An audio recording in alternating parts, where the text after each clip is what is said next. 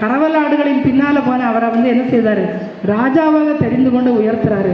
தாவீது ராஜாவுடைய வாழ்க்கையை அவ்வளோ பாடுகள், அவ்வளோ கஷ்டங்கள் எல்லாவற்றையும் அவர் ஏற்றுக்கொண்டு, ஆனால் ஒரு நாளும் ஆண்டவரை அவர் என்ன செய்யல, விடவே இல்லை. ஒரு துதிக்கிற மனிதன், ஆராதிக்கிற மனிதனாக ஒரு பெரிய ராஜாவாக இருந்தால் கூட அவர் என்ன சொல்றாரு, கர்த்தரை நான் எப்போதும் எக்காலத்திலும் ஸ்தோத்தரிப்பேன், அவர் துதி எப்போதும் என் வாயில் இருக்கும் அப்படின்னு சொல்றாரு. ஒரு ஆராதனை நாயகனாக இருந்தார். ஏன்னா அவருடைய சங்கீதங்கள்லாம் பார்த்தா 75 சங்கீதத்தை அவர் எழுதியிருக்கிறார். எல்லாத்துலேயும் பார்த்தீங்கன்னா அவர் எவ்வளோ தூரம், அவர் என்னுடைய வலது பாரிசத்தில் இருக்கிறபடியால் நான் அசைக்கப்படுவதில்லை, ஒன்றை நான் கேட்டேன் கர்த்தரிடத்தில், ஒன்றே ஒன்று தான், அவரோட பாதத்தில் காத்திருக்கணும் அப்படின்னு அதே மாதிரி என்னுடைய ஆலயத்தின் வாசலில் நித்தமும் காத்திருப்பதையே நான் தெரிந்து கொள்வேன். ஆகாமிய கூடாரங்களை விட ஆலயத்தின் வாசலில் நான் இருக்கணும். 1000 நாளை பார்க்கலாம் அவருடைய பாதத்தில் இருக்கிற ஒரே நாள் நல்லது. அவருடைய சங்கீதங்கள்லாம் பார்த்தீங்கன்னா என்ன வசனங்கள்.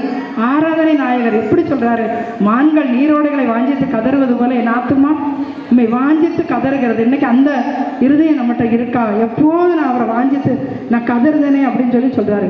எந்த நேரமும் வேதத்தை வாசிக்க ஜபிக்க முதல் இடம் அவர் அதுக்கு தான் கொடுத்தாரு. இயேசு கிறிஸ்து சொல்கிறாரு, முதலாவது தேவனுடைய ராஜ்யத்தையும் அவருடைய நீதியையும் தேடுங்கள், அப்பொழுது இவைகள் எல்லாம் உங்களுக்கு கூட கொடுக்கப்படும்.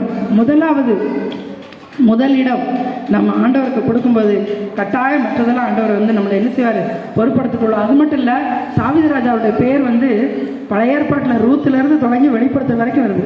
அவ்வளோ தூரம் அதிகமான பேர் உச்சரிக்கப்படுது. மோசையினுடைய பேரும் சரி, தாவீது ராஜாவோட பேரும் சரி, அதிகமாக நிறைய இடங்களில் வருது, நிறைய அதிகாரங்களில் வருது, 28 அதிகாரங்களில் வருதுன்னு கணக்கெடுப்பு சொல்கிறது. அப்போ அவன் எவ்வளவோ பாவம் செய்து வந்தான், ஆனால் தன்னுடைய பாவத்தை அறிக்கையிட்டு மன்னிப்பு கேட்டு மன்னிப்பை பெற்றுக்கொண்டார். அதனால் ஒரு தானும் மற்றவங்கள மன்னித்தார். எப்படின்னா, அந்த மீகாவை தன்னுடைய மனைவியை மன்னித்தார், அதே மாதிரி சவுலை மன்னித்தார், அப்சலோம் தன்னுடைய மகனை மன்னித்தார். எவ்வளோ போராட்டம். சவுலும் போர் தொடுத்து, அதாவது எப்பயாவது தாவீது அடிச்சிடவும் சவுல் ஓடி வராரு, தேடி தேடி வராரு. எங்கெல்லாம் தாவீது போனாலும் அங்கெல்லாம் சவுல் பின்தொடர்ந்து வராரு. அப்போ தாவீது என்ன சொல்றாரு, என்ன செத்த நாயை போல இருக்கிற என்னைய போய் நீ தேடி வர்ற, என்னைய கொல்லன்னு வர்ற அப்படின்னு சொல்றாரு. ஆனால் எத்தனையோ நேரம் சவுல் தாவீது கையில் அகப்பட்டாப்புல. தாவீது நினைச்சிருந்தா சவுலை கொண்டிருக்கலாம். ஆனால் ஆண்டவர் அபிஷேகம் பண்ணின மனிதனை நான் என்ன செய்ய மாட்டேன், நான் தொடவே மாட்டேன் அப்படின்னு அவர் என்ன செஞ்சிட்டாரு, தன்னை விலைக்கு பாதுகாத்து கொண்டார். நிறைய காரியம் அபிகாயில் ஆலோசனையெல்லாம் அவர் கேட்டுக்கிட்டார். வேற ஒரு ராஜானா இவையெல்லாம் ஆனால் அப்படி கிடையாது. எல்லாவற்றையும் என்ன செஞ்சார், அவர் கேட்டுக்கொண்டார். மன்னிக்கிற ஒரு மனிதனாக இருந்தார். துதிக்கிற ஒரு ராஜாவாக, ஒரு பெரிய ராஜா. நான் 7 நாள் துதிக்கிறேங்கிறாரு. உடைய நீதி நியாயங்களுக்காக ஒரு நாளில் 7 தரம் உண்மை துதிக்கிறேன், அந்தி சந்தி மத்தியான வேலையில துதிக்கிறேன். நம்ம இன்னைக்கு நேரம் இல்லை, அது இல்லை, இதில் எல்லாம் சொல்கிறோம். ஆனால் அவர் ஒரு ராஜாவாக இருந்தால் அவருக்கு எவ்வளோ வேலை இருந்திருக்கும், அவர் எப்படி இருந்திருப்பார். அவருடைய ஜெபத்தை பார்த்தீங்கன்னா எவ்வளோ தூரம் அவர் மற்றவங்களை ஆதரித்தார். அபிகாயிலை ஆதரித்தார், யோனத்தானை ஆதரித்தார். அதே மாதிரி எவ்வளோ தூரம் கஷ்டப்படுற மக்களெல்லாம் என்ன செஞ்சார், தன்னுடைய ஆதரவுக்குள்ளே வைத்திருந்தார். உறவுகளை ஆதரித்தார், பெற்றவர்களை ஆதரித்தார்னு நம்ம வேதத்தில் பார்க்குறோம்.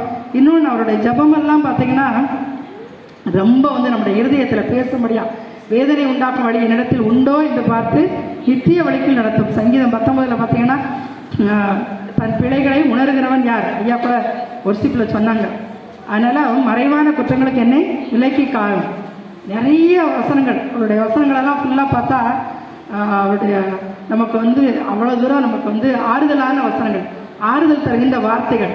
சங்கீதம் 51 பார்த்தா பாவ மன்னிப்பில் அவர் அப்படி எழுதியிருக்கிறார்.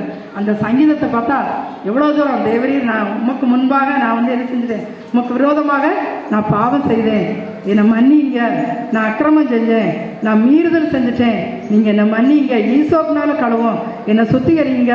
அப்படியே அந்த வசனங்களெல்லாம் நீங்கள் அடிக்கடி நம்ம சங்கீதத்தை வாசிக்கிறோம். ஏன் அடிக்கடி வாசிக்கிறாங்க, மாறி மாறி வாசிக்கிற சங்கீதம் வாசிக்கிறாங்க, எப்படியும் ஆராதனையில் சங்கீதத்தை வாசிக்கிறாங்க, ஒர்ஷிப்பில். அதே மாதிரி நிறைய இடங்கள்ல அவர் கொந்தளித்து பேசுகிறாரு.